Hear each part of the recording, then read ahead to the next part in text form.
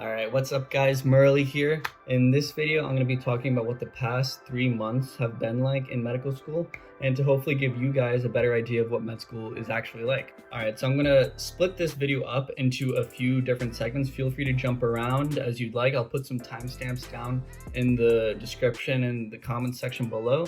So first off, disclaimer, all of the stuff that I'm going to be talking about is mainly only applicable to my medical school. It might be applicable to other medical schools, but I'm talking about this from my experience, what I've seen and what I've learned talking to upperclassmen and my classmates. So that's just like a general caveat for what this stuff I'm going to be talking about is like. It might apply to other medical schools, but it might not apply to every medical school. So for the general schedule, you have 4 years of medical school, and your first 2 years are in the classroom doing just like learning basic science type things, and then your second 2 years are clinical years. So you're going to be doing different rotations in different hospitals and doing different programs and just learning a wide array of medical content and clinical content.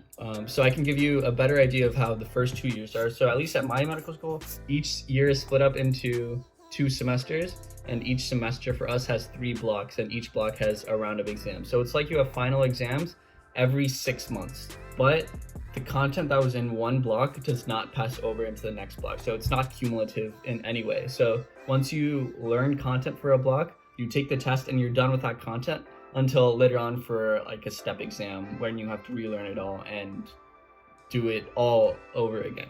Yeah. So that means that at every 6 weeks, you have a week of 3 exams, and that's pretty intense actually. Like finals week, or it's like the same sort of rigor as a finals week at the end of a semester in college, but it's 3 times a semester, which is pretty tough because you just have so much content. So that's the general overview. I'll go into my daily schedule, what I've been doing pretty regularly.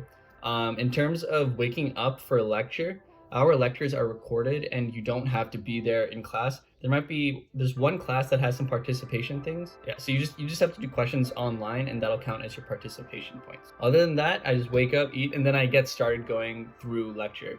So I do that at my own time, at my own pace, without having to worry about, I have to be awake from 8 to 12 to get through all these lectures. I can slow it down and go at my own pace, and just get the lectures done throughout the day.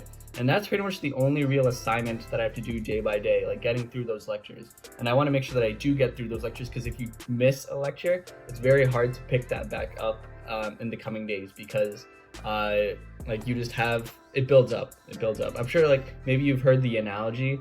I've heard this mainly used for like your flashcards. When you do a set of flashcards one day, but then you miss that day, next day you have to do that new day's flashcards, but also the old days flashcards. So it can be pretty tough just to manage all of it. But yeah, so most days I've been working like 4 or 5 hours to get through all the lectures, and then I review a bit, and that's pretty much all the classwork that I have to do usually. Some days are busier than others. Like some days I only have 1 lecture to get through, some days I have 4 lectures to get through, and it can be pretty tough. Yeah, and as you get closer to an exam, obviously that's going to change a bit. You might want to review more content and make sure you actually study more than just going over today's lectures when you get closer to an exam. So difficulty of classes. So I'm going to be comparing these to what like classes were like in undergrad.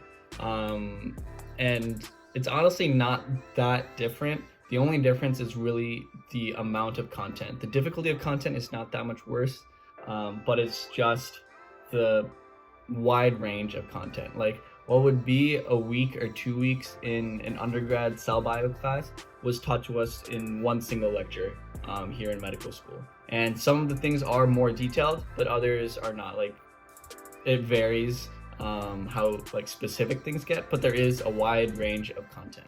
What really affects the difficulty of these medical school classes is the grading. So for me personally, at my medical school, everything is pass-fail, which is amazing, which is like absolutely amazing, because that just lowers your stress level infinitely. Like if with a bunch of medical students, everyone's like a gunner pretty much. So everyone's gonna try to get that top marks. Everyone wants to get that 100, and everyone's gonna work to get that 100 if it gives them extra benefits.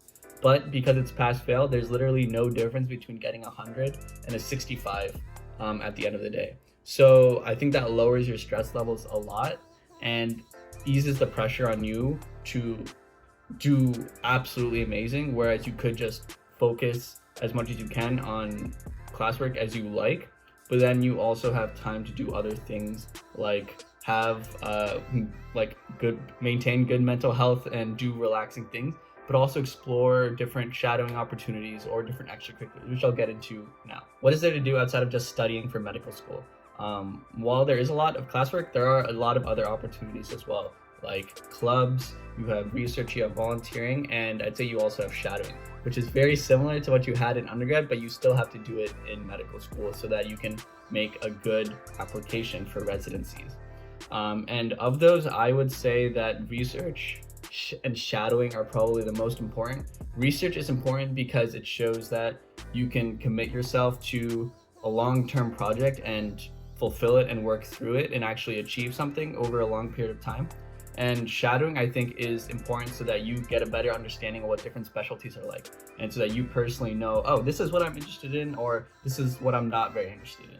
Like, I had a friend who was not that all interested in shadowing, but then she actually shadowed an anesthesiologist and got to see a procedure and found that really exciting and interesting. And so she learned, like, wow, maybe I am interested in this. And now she's considering going into surgery. So that's like up to you, and you make what you will of your own time. So research and shadowing, those are pretty important.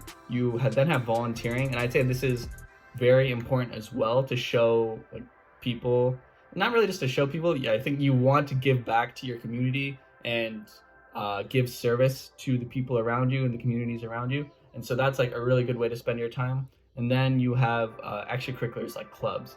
And the thing with clubs is I feel like clubs are very different from how they were in undergrad, because realistically, you're only going to be in a club for 2 years during your classroom years, right? When you're doing clinical stuff, you're not going to have time to be in clubs and doing those things. So in your first year and your second year is when you're really doing clubs and stuff like that. And to be honest, there doesn't seem like much to do in these clubs. It seems a lot like just resume padding, but I don't know how effective it really is for resume padding. So I would put clubs as like the fourth most important thing out of those four. And those are the things you should look into. Okay, and then finally, socializing time. How do you have time to relax? Can you hang out with people? And the answer is absolutely yes. Most people in medical school are like very cool, very sociable, and they want to meet their peers and hang out and have a good time. And so on the weekends or in the afternoon after like class and stuff like that, people will most likely be wanting to hang out. The only thing is, for me personally, it hasn't been exactly like that because of COVID. So a lot of socializing has been hampered. So a lot of it has been dwindled down to just a small group of friends. So I actually don't know everyone in my class. All 200 of people in my class, I barely know like 30. So that's because we've limited how much we were socializing, which is tough, but I'm hoping in the coming years we'll figure that out. But once you're in medical school, I'm sure you'll be able to socialize and go out to bars or like hang out at people's houses and just have a good time. And I think that's a very important part of medical school, having that group where you can vent or just hang out with and just relax. All right, that's all the content that I have for today's video. I hope you enjoyed it. If you liked this video, make sure to leave a like down below or to subscribe. And if you have any questions, feel free to leave a comment down below or shoot me an email. And if you want to see more content like this about medical school, feel free to check out my medical school applications playlist. I'll have that linked somewhere around here. But I have a lot of information there about the application process and what to think about. All right, thank you for watching, and peace. Have a nice day.